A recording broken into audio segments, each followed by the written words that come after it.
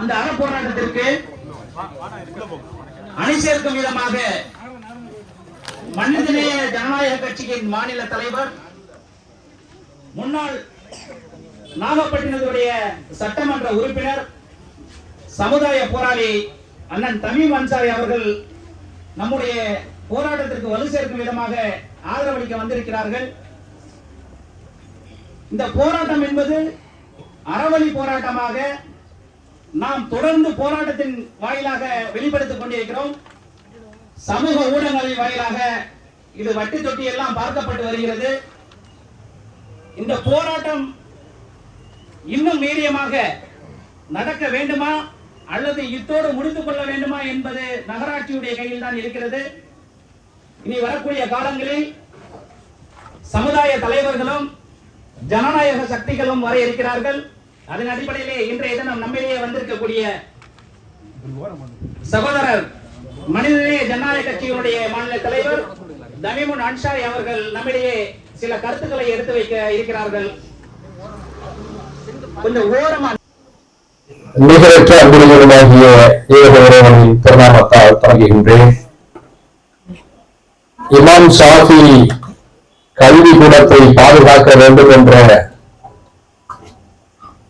உயரிய நோக்கோடு பகல் இரவு மாறாமல் பணிக்குழுவிலும் இங்கே கூடியிருக்கக்கூடிய போராட்ட குழுவை வழிநடத்திக் கொண்டிருக்கக்கூடிய நிர்வாகிகளே, ஜமாத்தார்களே, குடியுரிமை கருப்பு சட்டங்களுக்கு எதிரான போராட்டத்தில களம் கண்ட உணர்வோடு அனுபவத்தோடு இந்த களத்திலும் பெருந்தேளாக அமர்ந்திருக்கக்கூடிய தாய்மார்களே, சமூக ஆர்வலர்களே, அஸ்ஸலாமு அலைக்கும் வரஹ்மத்துல்லாஹி தஆலா வ பரகாத்துஹு.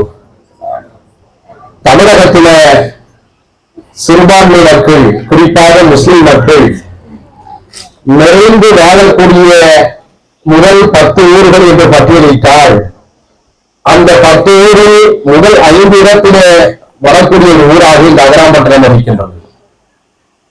அதிராம்பட்டினம் என்று சொன்னாலே காவிரியின் அப்பாவுடைய பெயராலே அமைந்திருக்கக்கூடிய இந்த கல்லூரியை எல்லோருமே நிறைவு கூறுவார்கள்.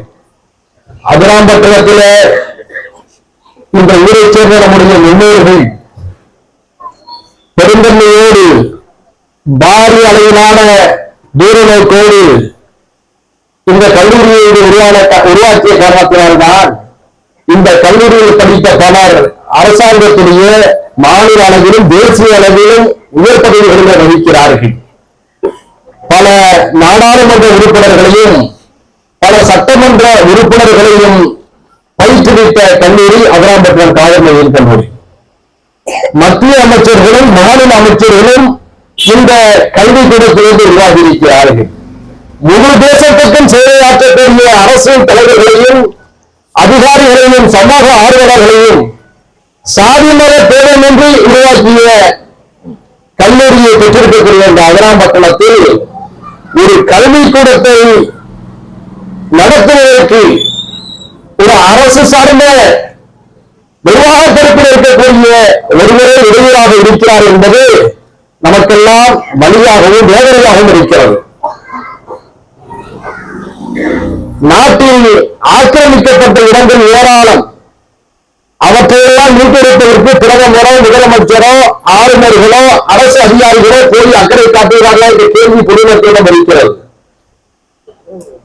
ஆனால் ஒரு மாவட்ட ஆட்சியரை 50 ஆண்டு காலம் நடைபெற்ற ஒரு பள்ளிக்கூடம் இருந்த இடத்தில் இன்னொரு கல்விக்கூடம் என்று தொடர்பை ஊக்குவிக்கும் இடத்துல நகராட்சியே அந்த இடத்தை அவர்களுக்கு விட்டுவிடலாம் என்று சொன்ன பிறகும் விவசாயம் என்ற ஆளுங்கட்சியை சேர்ந்த ஒரு நகர்மன்றத்துறை துணைத் தலைவராக எல்லாருடைய அபிமானத்தையும் வாக்குகளையும் பெற்று வந்த ஒருவர் அதற்கு சவால் விடும் வகையிலே செயல்படுவது எந்த விதத்திலே நியாயம் என்ற கேள்வியை கேட்டுதான் இங்கே ஆயிரக்கணக்கிலே இந்த மக்கள் இதை பிரதிபலிக்கிறார்கள். மத்திய மாநில உளவுத்துறையைச் சேர்ந்த அதிகாரிகள், நண்பர்கள், நிச்சயமாக நம் வந்த இளைஞர்கள் எல்லாம் லைவிலே மேலதிகாரிகளுக்கு ஒரு உரையை நீங்கள் காத்துக் கொண்டிருக்கிற நம்பிக்கை எனக்கு இருக்கிறது. அதனால் சொல்கின்றோம், கட்சி சார்பற்று, இயக்கம் சார்பற்று, பிராந்திய தேவைகளை எல்லாம் கடந்து இந்த மக்கள் இங்கே கூடியிருக்கிறார்கள். ஒரே நோக்கம், இந்த கல்விக்கூடம் பாதுகாக்கப்பட வேண்டும். அது மகளிர் கல்வியை ஊக்குவிக்கக்கூடிய ஒரு கல்வியகத்துக்கு இடையிலா என்ற ஒரு கேள்வி இருக்கிறது. பெண்கள் இவ்வளவு திரளாக இஷா தொழுகைக்கு பிறகு 8 மணிக்கு பிறகும் ஒருவரும் கலையாமல் கூடியிருக்கிறார்கள் என்று சொன்னால் கல்வியின் மீது கொண்ட அக்கறை, நாம் படித்த இடம், நம்முடைய பிள்ளைகள் படித்துக் கொடுக்கக்கூடிய இடம், நம்முடைய பேட்டிகள் படிக்கக்கூடிய ஒரு இடமாக எதிர்காலத்திலும் தொடர வேண்டும் என்ற உணர்வோடுதான் இங்கு எல்லாரும் கூறியிருக்கிறார்கள். ஆனால் அதற்குரிய சகோதரர் குணசேகரன் அவர்களுக்கு நான் அன்பான ஒரு வேண்டுகோளை வைக்கின்றேன். நீங்களும் நானும் இருப்பவர்கள் வேறல்ல. ஒரு 300-400 ஆண்டுகளுக்கு முன்பாக இந்து சமுதாயத்தில் இருக்கக்கூடிய ஒரு முக்குளத்து பிரிவை சேர்ந்தவர்களாகவோ, ஒரு தலித் பிரிவை சார்ந்தவர்களாகவோ, ஒரு பிராமணர் பிரிவை சார்ந்தவர்களாகவோ, ஒரு முத்திரையர் பிரிவை சார்ந்தவர்களாகத்தான் இங்கிருப்பவர்கள் இருந்திருப்பார்கள். ஆபத்துடைய வாரிசுகள் அடிப்படையில் பார்த்தாலும் சரி, இந்த மண்ணுடைய நிலவியல் சூழலை பார்த்தாலும் சரி, நீங்களும் நாங்களும் ஏதோ ஒரு ஒட்டுறவோடுதான் பிறந்திருப்போம், வளர்ந்திருப்போம், வாரிசுகளை பெற்றெடுத்திருந்திருப்போம். அந்த உறவுகள் நீடிக்க வேண்டும் என்று நாம் விரும்புகின்றோம். உங்கள் மீது யாருக்கும் இது தனிப்பட்ட காழ்ப்புணர்ச்சி இல்லை. மாவட்ட ஆட்சியராக இருக்கக்கூடிய ஒருவரை இந்த இடத்தை அந்த கல்விக்கூடத்திற்கு கொடுத்து விடுங்க என்று சொன்ன பிறகும் விளிம்பு கொடுத்து நீங்கள் இருப்பதற்கான நோக்கம் என்ன? உங்களுக்கு எதிராக நகராம்பட்டினத்தில் இருக்கக்கூடியவர்கள் யாராவது செயல்படுகிறார்களா? உங்களுடைய பேரூராட்சி மன்ற துணைத் தலைவர் பதவிக்கு யாராவது இடையூறு செய்கிறார்களா? விமர்சிக்கிறார்களா? தனிப்பட்ட மோதல் போக்குகள் இருக்கா? இல்லை. நீங்கள் இந்த பகுதியை சேர்ந்த நாடாளுமன்ற உறுப்பினராக இருந்தாலும் சரி, சட்டமன்ற உறுப்பினராக இருந்தாலும் சரி, பேரூராட்சி மன்ற உறுப்பினராக இருந்தாலும் சரி, இதை கூடியிருக்க மக்களுடைய 90% அதிகமான வாக்குகளை பெற்றவர்கள் மறந்துவிடக் கூடாது. அதிராம்பட்டினம் என்பது இந்த தஞ்சை மாவட்டத்தில், அது விரைவில் பட்டுக்கோட்டை மாவட்டம் என்று அறிவிக்க போவதாக நாங்களே வலியுறுத்திய வேண்டியதெல்லாம். இப்போது ஒன்றுபட்ட தஞ்சை மாவட்டத்தில் மிக அதிகமான வருவாயை தரக்கூடிய நகராட்சிக்கு, அரசுக்கு வருவாயை தரக்கூடிய ஒரு ஊரை சேர்ந்த மக்கள் இந்த கோரிக்கையை வைக்கிறார்கள். இந்த கல்விக்கூடத்தை தடுக்க வேண்டும் என்ற நோக்கோடு, வணிக வளாகத்தை கட்ட வேண்டும் என்ற நோக்கோடு நீங்கள் இருக்கிற இந்த போக்கை நீங்கள் மாற்றிக்கொள்ள வேண்டும். வடக்கு உச்ச நீதிமன்றத்தில் இருக்கு. உச்ச நீதிமன்றம் அவ்வப்போது நியாயமான தீர்ப்புகளை தருது. அவ்வப்போது, ஏன்னா இந்த நாட்டில் நீதி வேறு தீர்ப்பு வேறு என்ற உருவாகி இருக்கிறது. அதனால் சொல்கிறேன், அவ்வப்போது உச்ச நீதிமன்றம் நல்ல தீர்ப்புகளை தருகிறது, சட்டத்தின் அடிப்படையிலான தீர்ப்புகளை தருகிறது. அப்படிப்பட்ட ஒரு நிலை இருக்கின்ற பொழுது நீங்கள் சட்டத்துக்கு புறம்பாக இந்த பகுதிக்கு வந்து இதை நீங்கள் ஒத்துழைப்பு செல்வது, இடையூறு செய்வது என்ன நியாயம் என்ற ஒரு கேள்வி அந்த மக்கள் எழுப்புவதை எப்படி தவறு என்று சொல்ல முடியும்? ஒரு கல்வி கூட இருக்கக்கூடிய இடத்துல வணிக வளாகத்தை கொண்டு வந்து நிறுத்துறீங்க, அந்த வணிக வளாகத்துல ஒரு டாஸ்மாக் இடம் இருப்பீங்க, அப்படிதானே? அப்போ இந்த ஒரு வணிக வளாகத்தை உருவாக்கி ஒரு சாராயத்தை திறந்திருக்கிறீங்கன்னு சொன்னா, இந்த பகுதியில் இருக்கக்கூடிய அவர்கள் இந்து சோதரமாக இருக்கட்டும், கிறிஸ்தவ சோதரமாக இருக்கட்டும், தலித் சோதராக இருக்கட்டும், யாராக இருக்கட்டும், அப்ப இந்த இடத்தை சாராய நிலப்பத்துக்கு எடுத்துனா இந்த ஏரியாவுடைய அமைதி என்னாவது, இங்க வாழக்கூடிய மக்களுடைய பண்பாடு இருக்க விடுமுறை என்னாவது, இந்த அச்சம் இந்த மக்களுக்கு இருக்கின்ற காலத்தினால்தான் இந்த கேள்வி எழுப்புகிறார்கள். அதாவது ஒரு வணிக வளாகத்தில் கிடைக்கக்கூடிய வருவாய் முக்கியமா, ஒரு கல்வி கூடத்தின் மூலமாக மக்கள் அறிவை பெற்று எதிர்காலத்திலே இந்த நாட்டுக்கும் மண்ணுக்கும் சிறப்பு சேர்க்கக்கூடியவர்களாக உருவாவது முக்கியமா? கல்விதான் முக்கியம். இதை வேறாவது இங்க கேரம் போர்டு விளையாண்டு இருக்காங்க, யாராவது உட்காந்து ஷட்டில் காக் விளையாண்டு இருக்காங்களா, வாலிபால் விளையாண்டு இருக்காங்க, கிரிக்கெட் விளையாடுறாங்களா, கபடி விளையாடுறாங்களா, அல்லது சட்டவிரோத நடவடிக்கை யாராவது செய்யறாங்களா? சொல்லுங்க, பேசுவோம். ஆனால் முறையான ஒரு கல்வியை கொடுக்கக்கூடிய ஒரு சூழலில் அதற்கு நீங்கள் இடையூறு செய்வது என்ன என்று நான் கேட்க விரும்புகின்றேன். அந்த நோக்கோடு இங்கு அமர்ந்திருக்கக்கூடிய மக்களுடைய போராட்டத்தை எங்களுடைய மனிதநேய ஜனநாயக கட்சி முழுமையாக ஆதரிக்கிறது. நான் இன்னொன்றையும் சொல்ல விரும்புகின்றேன். இது போன்ற விஷயத்திலாம் கவனம் செலுத்தக்கூடிய அல்லது குணசேகரன் போன்றவர்களாக இருக்கட்டும், அல்லது இதற்கு துணையாக அதிகாரிகள் அவர்களாக இருக்கட்டும், தம்புவாரி இடத்தை மும்பையில ஆக்கிரமிச்சு அதானி பல மாதிரி உயர்ந்த கட்டளை வைத்திருக்காரா? உங்களை யாராவது நாட்டை தடுக்க முடியுதா? கோடம்பாக்கம், கோடம்பா குதிரை கோடா, ஆற்காடு மாவட்டத்திலே குதிரைப்படை வீரர்கள் தங்கி இருந்த பகுதி, ரத்து செய்யப்பட்ட பகுதி, மத்திய அந்த இடத்துல ஒரு இன்ச்சு இடம் கிடைக்குமா? Chennai stadium, Chepauk cricket stadium யாருடைய சொத்து? எந்த இடத்துல கட்டப்பட்டிருக்கிறது? சைதாப்பேட்டை பெரும்பகுதி யாருடைய இடம்? அண்ணா சாலை யாருடைய இடம்? விவாதம் இது என்றால் இதெல்லாம் வளர்ந்து கொண்டு போகும். அவ்வளவு தஞ்சாவூருக்கு மரியாதைக்குரிய இந்திய தேசிய அணிக்குரிய முன்னாள் பொதுச் செயலாளரும் முன்னாள் சட்டமன்ற உறுப்பினருமான சம்சூர் உள்ளது அப்துல் லத்தீப் சாஹிப் அவர்களோடு ஒரு முறை நான் சட்டமன்ற விடுதியில நான் கல்லூரியில படித்து கொண்டிருந்த போது பேசிக் கொண்டிருந்தேன். அந்த நேரத்துல அந்த இந்திய தேசிய அணிக்குரிய அகிலமன்றத்தை சேர்ந்த ஒரு முக்கியமான ஒரு பேச்சாளர் இருந்தார், நசருதீன். நல்ல சிறந்த பேச்சாளர். நம்ம தான் மறந்துடுவோமே, அதாவது மற்றவர்களை கொண்டாடுவோம், நம்மளை மறக்கிறது நம்முடைய கடமை இல்லையா? அதனால நசருதீன் அவர்கள் அந்த இடத்துல இருக்கான்னு நினைக்கிறேன். அப்ப லத்தீப் சாஹிப் பேசிக்கிறார், ஒவ்வொரு பத்தி ஒரு பிரஸ் மீட் நடக்குது. அப்போ சொல்றாரு, பல இடங்களை சுட்டி காட்டி இந்த பகுதியில தஞ்சாவூருக்கும் திருச்சிக்கும் இடையில சாலையின் இருபுறங்களிலும் இருக்கக்கூடிய இடங்கள் பெரும்பகுதி ரகு ஆயத்துக்கு சொந்தமானவை. அதிர்ஷ்டம் எப்படின்னு சொன்னா, ஆற்காடு நவாபு அரசரை இரண்டாக பிரிவுபடுகிறது. ஆங்கிலேய ஆதரவு ஆற்காடு நவாபு என்று, பிரெஞ்சு ஆதரவு ஆற்காடு நவாபு என்று பிரிகிறது. பிரெஞ்சு ஆதரவு ஆற்காடு நவாபு இங்கு ஆட்சி செய்கிறார்கள், திருச்சி தஞ்சாவூரை மையப்படுத்தி. அந்த நேரத்தில் ஏராளமான இடங்களை வகுப்பில் வைக்கிறார்கள். இன்று நாம் தஞ்சைக்கும் திருச்சிக்கும் இடையில நாம் அன்றாடம் பயணம் செய்யக்கூடியவர்களாக இருக்கின்றோம். சாலையின் இருபுறங்களிலும் எத்தனை கல்வி நிலையங்கள் அந்த வம்பு சொத்தை ஆக்கிரமித்து கட்டப்பட்டிருக்கின்றன. அதெல்லாம் வம்பு அறிவிப்பில் சொந்தமாக சொல்லி யாரு கேட்டால் படத்தில் தயாராக இருக்கிறாங்களா? திருச்சி தஞ்சை எம்ஜிஆர் முதலமைச்சராக இருந்த போது திருச்சிக்கும் தஞ்சாவூருக்கு இடையில் தான் தமிழ்நாட்டுடைய தலைநகரை உருவாக்க வேண்டும் என்று சொல்லியிருந்தார். வளமிக்க ஒரு பகுதி, பறந்துபட்ட ஒரு பகுதி. அந்த பகுதியில் வம்பு அறிவிப்புக்கு சொந்தமாக சொன்ன போது, லத்தீப் சாஹிப் சொன்ன போது நான் ஆச்சரியப்பட்டேன். நீ அந்த இடத்துல எல்லாம் எத்தனை கல்வி நிலையங்கள் கட்டப்பட்டிருக்கு பாத்தீங்களா? யாரும் கேட்டா தருவாங்களா?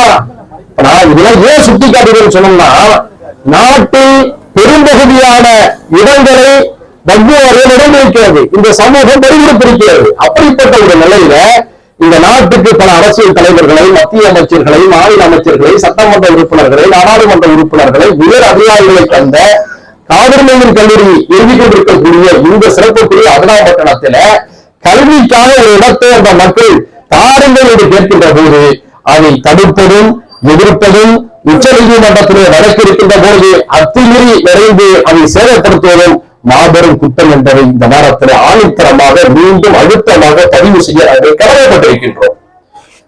நேரம் ஆகிவிட்டது. உறுதியாக இதை சொல்ல விரும்புகின்றேன். மாண்புமிகு தமிழக முதலமைச்சர் அண்ணன் தளபதியார் அவர்கள, உங்கள் கட்சியை சேர்ந்தவர் தான் குணசேகரன் அவர்கள். அவர்தான் பேரூராட்சி மன்றத்திலே துணைத் தலைவராக இருக்கிறார், நகராட்சியுடைய துணைத் தலைவராக இருக்கிறார். எத்தனையோ பரபரப்பான அரசியல் நடவடிக்கைகளில் அரசு நடவடிக்கைகளில் இருந்து கொண்டிருப்பீர்கள். உங்களுடைய உழைப்பை நாங்கள் குறை சொல்லவில்லை. உளவுத்துறை அதிகாரிகள் சரியாக கொடுத்து சேர்த்தோம். அரையும் குறையுமா சேர்த்து நடக்கக்கூடிய நல்ல காரியத்தை கெடுக்கின்றக்கூடிய பாதகத்தை நீங்கள் செய்ய மாட்டேன்ற நம்பிக்கை எங்களுக்கு இருக்கிறது. இந்த விவகாரத்தில் தமிழ்நாட்டில் சிறுபான்மை முஸ்லிம் மக்கள் விரைந்து வாழக்கூடிய முதல் 10 ஊர்களில் ஒரு ஊராக அதிராம்பட்டினம் இருக்கின்ற காரணத்தினாலும் இந்த இமாம் ஷாஃபி கல்விக்கூடத்துக்கு ஒரு நெருக்கடி ஏற்பட்டிருப்பதை தமிழகத்தில் இருக்கக்கூடிய எல்லா மகல்லாக்களிலும் 2 நாட்களாக பாதிக்க தொடங்கிவிட்டார்கள். சமூக வலைதளங்கள் வந்து இன்று மிகப்பெரிய தாக்கத்தை குறிக்கிறது. Print media, visual media, digital மீடியாவை இன்று வந்து புறக்கணிக்க முடியாத ஒரு சூழல் இன்று உருவாகி இருக்கக்கூடிய நிலையில ஒட்டுமொத்த மகல்லாக்களும் இந்த விஷயத்தில ஒரு எதிர்பார்ப்பை வைத்திருக்கக்கூடிய ஒரு சூழலில் இந்த பிரச்சனை மேலும் பெரியாகிவிடக் கூடாது என்று நாங்கள் கருதுகின்றோம். ஏன்னா ஊர் ரெண்டு பட்ட கூட்டாளிக்கு கொண்டாட்டம் பாங்க, அப்படி ஆயிடக்கூடாது. இதுல வந்து அரசியல் தேர்தல்கள், நீ அந்த கட்சி, நீ இந்த கட்சி, நீ அந்த கூட்டணி, இந்த கூட்டணி, நீ அந்த மதம், நீ இந்த மதம், நீ அந்த ஜாதி, இந்த ஜாதி, நீ அந்த தெரு, இந்த தெரு என்ற பேரெல்லாம் வந்துடக்கூடாது. அதனால எவ்வளவு விரைவாக மாண்புமிகு தமிழக முதலமைச்சர் அவர்கள் இந்த விஷயத்தில் கவனம் செலுத்த முடியுமோ கவனம் செலுத்தி நேரடியாக மாண்புமிகு தமிழக முதல்வர் அவர்கள் இந்த விஷயத்திலே தலையிட்டு குணசேகரன் அவருடைய சட்டவிரோத செயலை தடுத்து நிறுத்தி ஏற்கனவே இந்த மாவட்டத்தில் ஆட்சியராக இருந்தவர் சொன்ன ஆலோசனை அடிப்படையில் இந்த இடத்தை இந்த கல்விக்கூடத்திற்கு விற்பனைக்கு இலவசமாக அல்ல, விற்பனைக்கு பெறுவதற்கான முயற்சிகளையும் மாண்புமிகு தமிழக முதல்வர் அவர்கள் சிறமேற்கொண்டு எடுக்க வேண்டும் என்று இந்த மாபெரும் போராட்ட குழுவின் களத்தின் சார்பில வலியுறுத்தி கேட்டுக்கொண்டு இந்த போராட்டத்துக்கு நாங்கள் துணைவளிப்போம். இந்த போராட்ட விஷயத்தில் மிகுந்த நுட்பமாக கவனமாக நீங்கள் பின்பற்ற வேண்டிய விதிகளை பின்பற்ற வேண்டும். யாரும் உணர்ச்சிகரமாக பேசி யாருடைய கோபத்தையும் சீக்கிரக்கூடாது. ஏன்னா சில பேருக்கு மைக் கிடைச்ச உடனே பதில் விதமாக ஆரம்பிச்சுவாங்க. அது ஆட்சியாளர்கள் கோபப்பட்டு காரியத்தை கொடுத்து விட்டணும். என்றுமே சரிதான், நிதானத்தை இழந்துவிடக் கூடாது. உணர்ச்சி வசப்பட்டு யாராவது பேசி இது ஆட்சியாளர்கள் தரப்புக்கு கோபத்தை ஏற்படுத்தி இந்த இடம் கொடுக்க வேண்டும் என்ற மனதிலே இருந்தாலும் இதனால் இந்த காரியம் கெட்டுப் போய்விடக் கூடாது. எனவே இந்த போராட்டத்திற்கு ஒரு அன்பான வேண்டுகோள், எந்த தலைவர்கள் இருந்தாலும் முன்கூட்டி அந்த தலைவர்கள் அந்த விஷயத்தை எடுத்து விலக்கி ஆவேசமாக பேசி எதையும் நீங்கள் சாதிக்க முடியாது. நிதானமாக இந்த கருத்துக்களை பேசி அரசை வலியுறுத்துங்கள் என்ற அறிவுரையை வழங்குமாறு நான் கேட்டுக்கொள்கிறேன். காரணம் என்னன்னு சொன்னோம்னா, இப்ப நான் தூரத்துக்கு வர்றேன், நான் ஏதாவது பேசி நான் பஸ்ஸை விட்டுவிடக்கூடாது, காரியம் விட்டுவிடக்கூடாது. இந்த மக்களுடைய உணவுகள் பின்னுக்கு தள்ளப்படக்கூடாது. அதனால அனைவரிடம் இந்த விஷயத்தை எடுத்து கூறி நிதானமாக ஒன்று பெறுவோம். இது ஒரு கல்வி கொடுப்புக்கான பிரச்சனை என்ற அடிப்படையில அனைத்து தரப்பு மக்களையும் இந்த போராட்டத்தை ஆதரவாக திரட்டக்கூடிய வேலையும் இந்த மக்கள் செய்ய வேண்டும் என்று கேட்டுக்கொண்டு ஒரு கட்டுப்பாட்டோடு ஒழுங்கோடு தொடர்ச்சியான இந்த போராட்டத்தை நாம் முன்னெடுப்போம். நாம் இந்த விஷயத்திலே மாண்புமிகு முதலமைச்சர் அண்ணன் தளபதியார் அவர்கள் நேரடியாக தலையிட்டு அவர் கட்சியை சேர்ந்த குணசேகரன் அவர்களையும் கட்டுப்படுத்தி இமாம் ஷாஃபி கல்விக்கூடத்திற்கு நீதியை வழங்குவார் என்ற நம்பிக்கையோடு என்னுடைய உரையை நிறைவு செய்கிறேன். நன்றி. அஸ்ஸலாமு அலைக்கும் வரஹ்மத்துல்லாஹி தஆலா வபரகாத்துஹு. Subscribe to Creativity channel, do like, share, comment and click the notification bell so that you will be notified every time we post a new video.